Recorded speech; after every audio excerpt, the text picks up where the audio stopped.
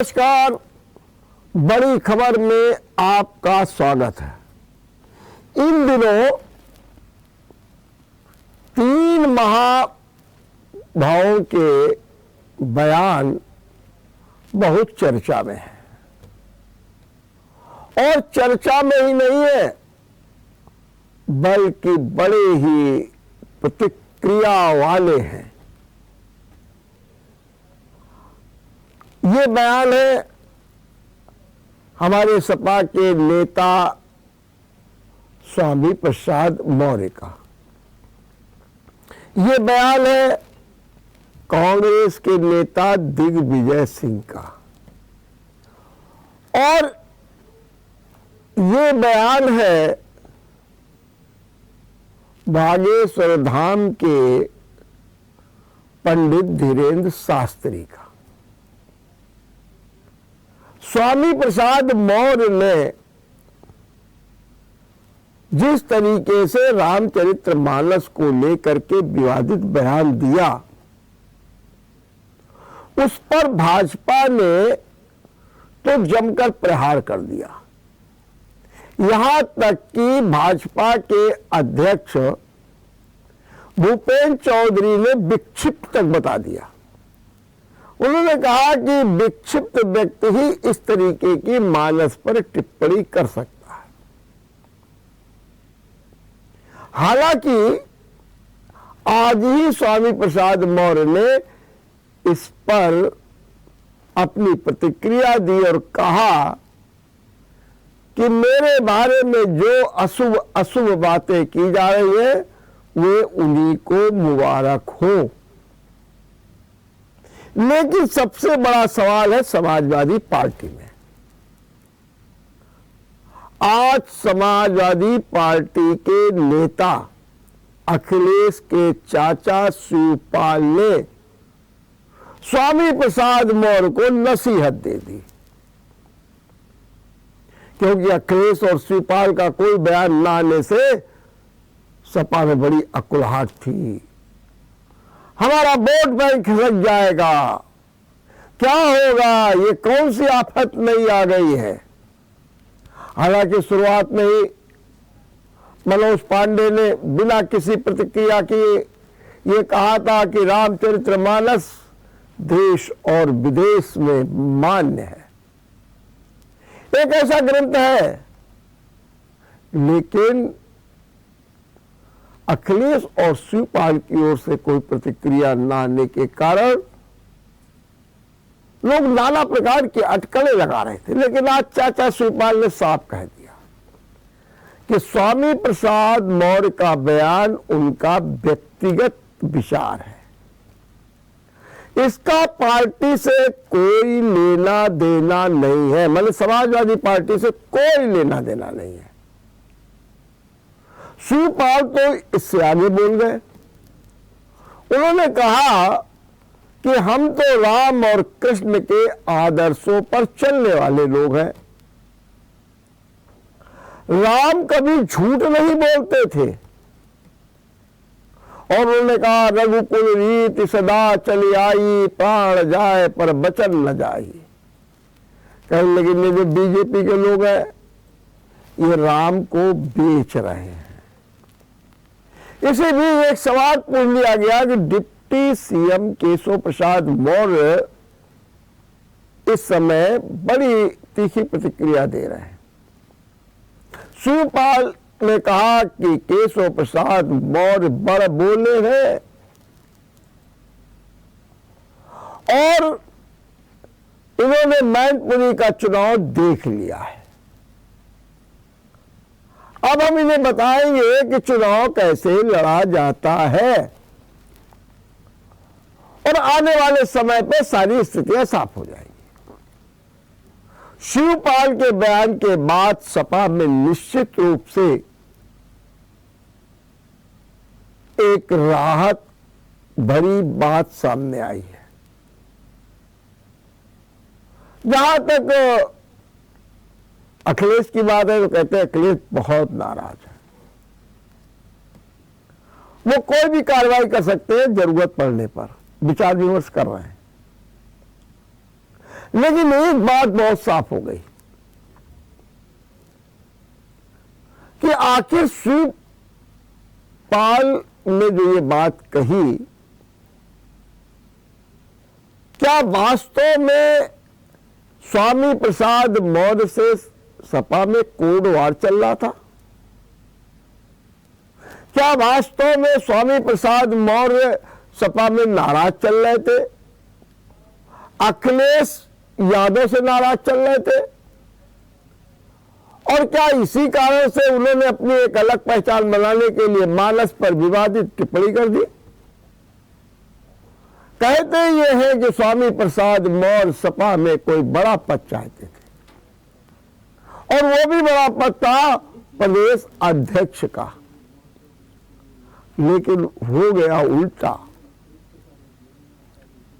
उन्हें प्रदेश अध्यक्ष नहीं मिली, वो नरेश उत्तम पटेल के ही पक्ष में गई, चौथी बार बने नरेश। कहते बस वहीं से उनको ये लगा कि सपा में अगर कोई नेता, और खासतौर से जब शिवपाल आ गए, तो अखिलेश और शिवपाल के बाद कोई नहीं। तो स्वामी प्रसाद मौर्य को बड़ा निराशा हुई, और इसके कारण उन्होंने अपनी अलग पहचान बनाने के लिए इस तरीके का बयान दे दिया। अब आगे क्या हो रहा है देखिए। दूसरा जो बयान था कांग्रेस के नेता दिग्विजय सिंह। अब दिग्विजय सिंह तो अपने बयानों के लिए जाने जाते हैं, उन्हें भी बयानवीर कहा जाता है।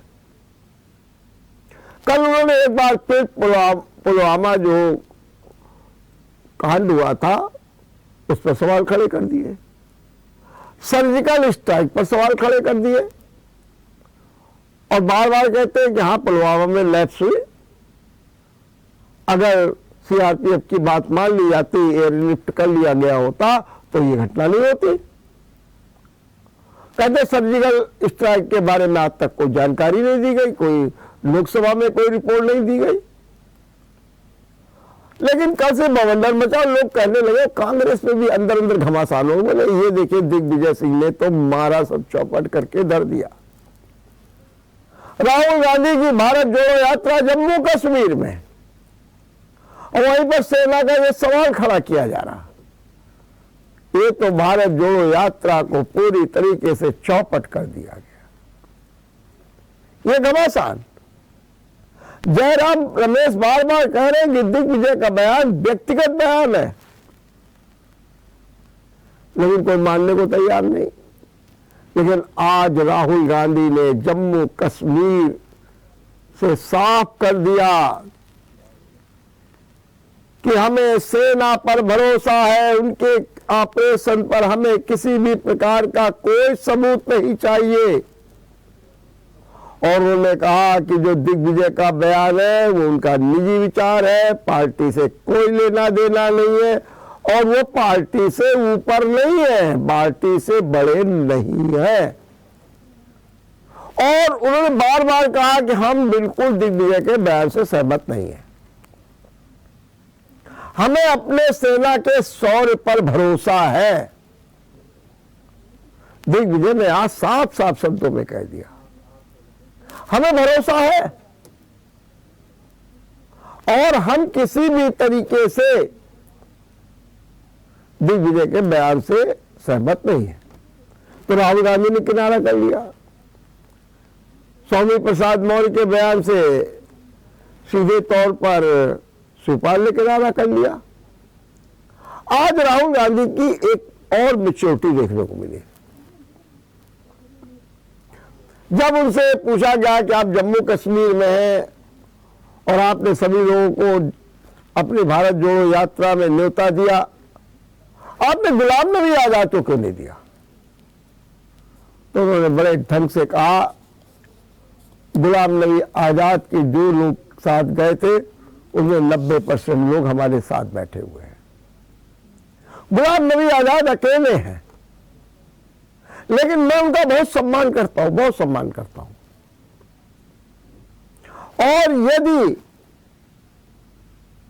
गुलाम नबी आजाद को और साथ में चौधरी लाल सिंह को मेरे किसी भी व्यवहार से, मेरी किसी भी बात से दुख पहुंचा हो तो उसके लिए मैं माफी मांगता हूं। बड़ी बात कह, इसे बड़ी मिच्योरिटी है। और यह भी कहा जा रहा है कि जिस तरीके से गुलाम नबी आजाद अलग थलग पड़ गए हैं, तो आज राहुल गांधी के बयान ने उनमें कांग्रेस की ऊर्जा को भी संचारित कर दिया। अब क्या होगा ये समय बताए। अब सीधे हमारे निशाने पर लोगों के हैं, खास तौर से नागपुर के श्याम मानव के, जो बागेश्वर धाम के पंडित धीरेन्द्र शास्त्री के चमत्कार को झुठला रहे हैं। एक जादूगरनी है, वो भी उनके इस चमत्कार को झुठला रही है। लेकिन एक बात अच्छी है कि इस पूरा संत समाज उनके साथ खड़ा है। खाली एक शंकराचार्य है अनिरुक्ता सर, वो जरूर कह रहे हैं कि मैं पूछूंगा कि भाई ये चमत्कार आप कैसे करते हैं, लेकिन कहते हैं ना कि जब किसी पर कोई हमला होता है तो और तेज हो जाता है। धीरेन्द्र शास्त्री और तेज हो गए। आज उन्होंने एक नारा दे दिया सुभाष चंद्र बोस की तर्ज पर, तुम हमें साथ दो, हम हिंदू राष्ट्र देंगे, हिंदू राष्ट्र।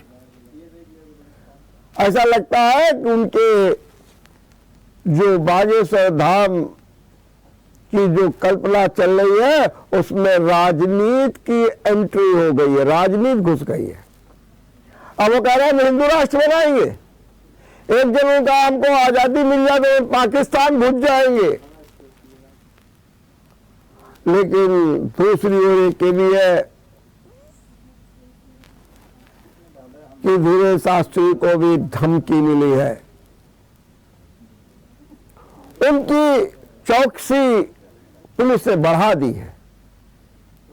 बागेश्वर धाम के बारे में साफ साफ है, संत महात्मा कह रहे हैं अगर कोई भी व्यक्ति किसी की कोई राहत पहुंचा रहा है, किसी को दिक्कत क्या है। और वहीं दूसरी ओर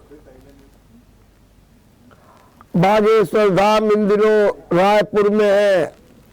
अब उनका कार्यक्रम प्रयागराज में होने जा रहा है। प्रयागराज में 2 फरवरी को आ रहे हैं, हालांकि एक ही दिन रहेंगे, लेकिन भारी हुजूम जुड़ रहा है।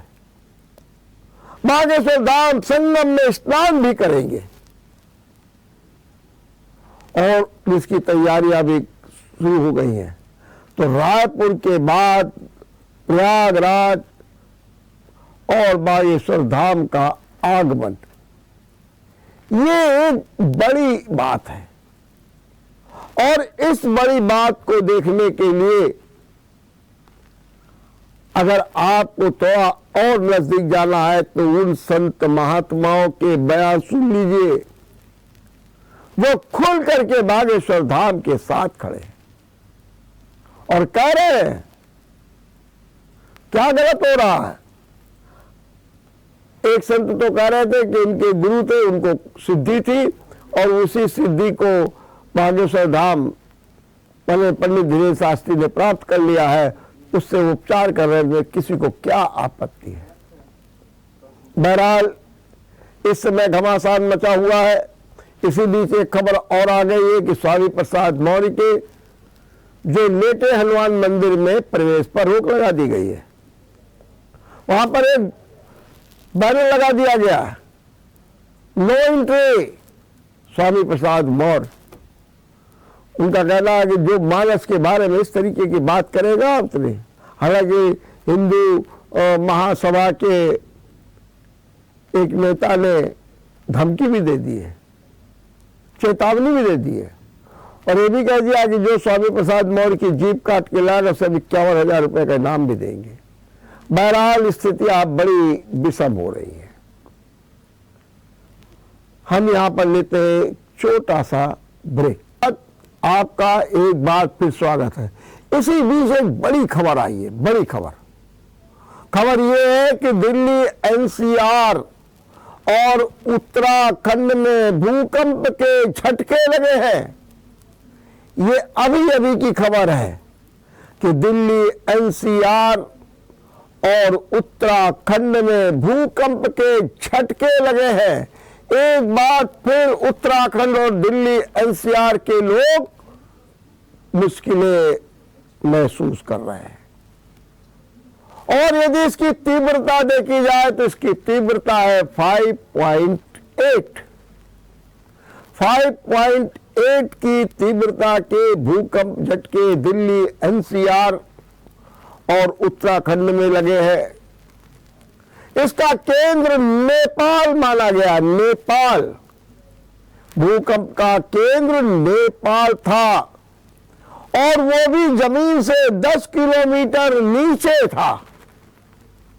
ये जो भूकंप आया जिसकी तीव्रता 5.8 थी, जिसकी चपेट में उत्तराखंड और दिल्ली एनसीआर आया, जहां पर लोग परेशानी में पड़ गए, और इसका केंद्र था नेपाल। और नेपाल में भी जमीन से 10 किलोमीटर नीचे ये भूकंप का झटका लगा और लोग परेशानी महसूस कर सके। आपको मालूम है बिहार में भी इसी तरीके के झटके लगे थे। उस समय भी नेपाल केंद्र था और इस तरीके के झटके लगातार हमारे जो वैज्ञानिक है, विशेषज्ञ है, उनके लिए चिंता के विषय बने हुए हैं कि क्यों झटके आ रहे हैं, बड़ी गति से आ रहे हैं, इनकी आवृत्ति बड़ी तेज है।